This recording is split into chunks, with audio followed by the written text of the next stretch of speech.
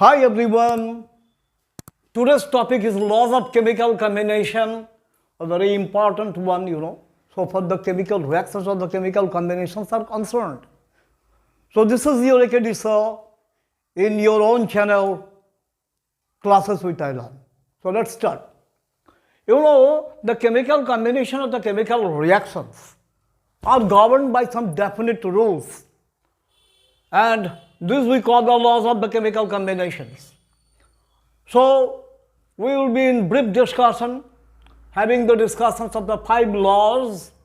First is law of conservation of mass, law of constant or definite composition or proportions, law of multiple proportions, law of equivalent, reciprocal or combining proportions or masses, and it is Gay-Lussac's law of gaseous volumes.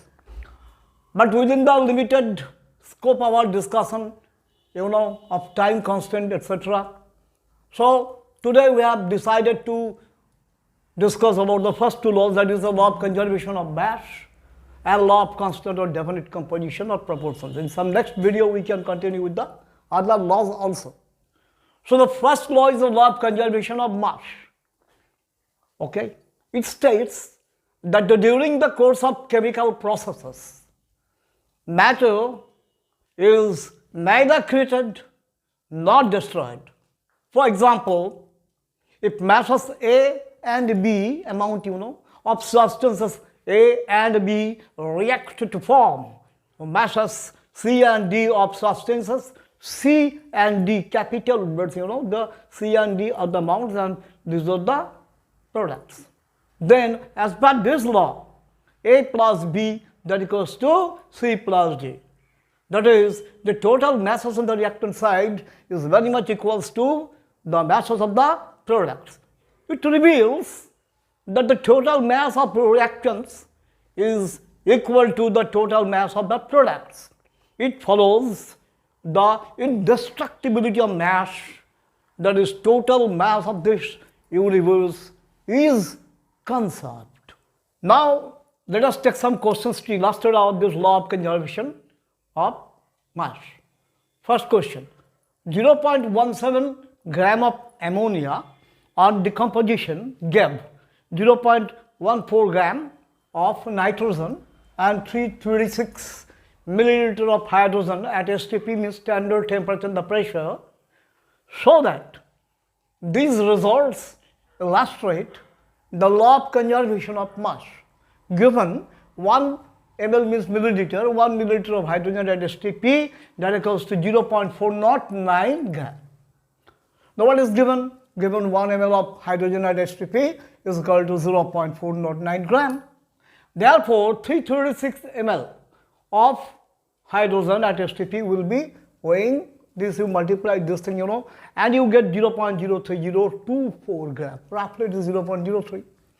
Therefore, the total mass of the nitrogen, the hydrogen, what that amounts to, it is given 0.14 gram plus 0.03. We have calculated. So sum total it is 0.17 gram, which is obtained from 0.17 gram of ammonia on decomposition. So this result illustrates the law of conservation of mass. Now let's take another example. This is given 5 gram of KCl3 means potassium chloride yield 3.041 gram of KCl, potassium chloride, and 1.36 liters of oxygen at STP. So that these figures support the law of conservation of mass within limits of plus minus 0.4% error. Now mass of 1.36 liters of oxygen at STP, that equals to, very easy calculation, 22.4 liters weigh 32. Therefore 32 into 1.36 upon 22.4, that amounts to 1.943 gram.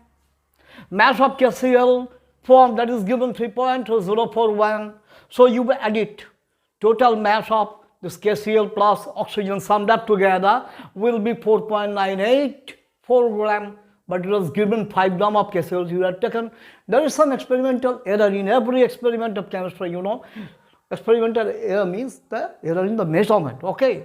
Therefore, the error percentage, this was to be produced, this was the given mass, and you have produced this thing, you know, by your experimental data, that into 100 by 5, that amounts to 0.32, that is the percentage of error. Hence, the law of conservation of mass is valid within the limits of minus 0.32% error, okay. Or within the limits of 0.4%. It was the allowable limit. It was the allowable limit plus minus 0.4%, and your error is 0.32. So that is very much within the allowable limit of the error. Thus the law is supported. Now to take on another example on the law of conservation of mass, you know. Let us take this example. 0.22 gram of a hydrocarbon. Hydrocarbon is a binary compound of the carbon and hydrogen that you know.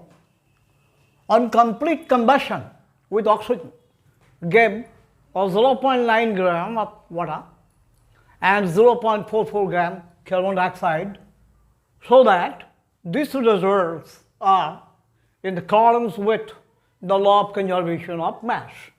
Given C is equal to 12, this is the RAM, you know, H equals to 1 and oxygen equals to 16. Let us answer it. You know, grammatical mass of carbon dioxide, that equals to 12 plus 32, C 12, and for 2 oxygen is 2 into 16, that is 32, that equals to 44 gram. We have said gram molecular mass, okay. Likewise, the gram molecular mass of water, that equals to 2 plus 16, that equals to 18 gram. Therefore, the mass of carbon is 0.44 gram of carbon dioxide. Usually we can calculate it out. 12 into 0.44 by 44, that equals to 0.12 gram. And mass of hydrogen in 0.9 grams of hydrogen, that equals to 2 into 0.9 upon 18, that equals to 0.10 gram. Therefore, the total mass of carbon and hydrogen in the products after combustion of hydrocarbon, that equals to 0.12 plus 0.10, so it is 0.22 gram. And this was the mass of hydrocarbon before the combustion as given. So the results are in accordance with the law of conservation of mass. Now pass on to the law of constant or definite composition. First of all, what the law states? It states that the same compound is always composed of the same elements combined together in the same or fixed proportion by mass. As for example, if hydrogen and oxygen unite to form water, no matter in whatever way and at whatever or whichever place it is produced, it is always composed of these elements by 1:8 gravimetric, means by weight, or 2:1 volumetric composition. Now let us take an illustrative example for illustration of the law of constant or definite proportion. What is that, you know? Given 1.375 grams of copper 2 oxide. You know, earlier times it was stored as the cupric oxide, but nowadays the IUPAC has said that it is to be said as this thing, you know, copper 2 oxide, where this Roman 2 represents the valency of copper in this oxide, okay? Copper has got some 2 valences, 1 and 2.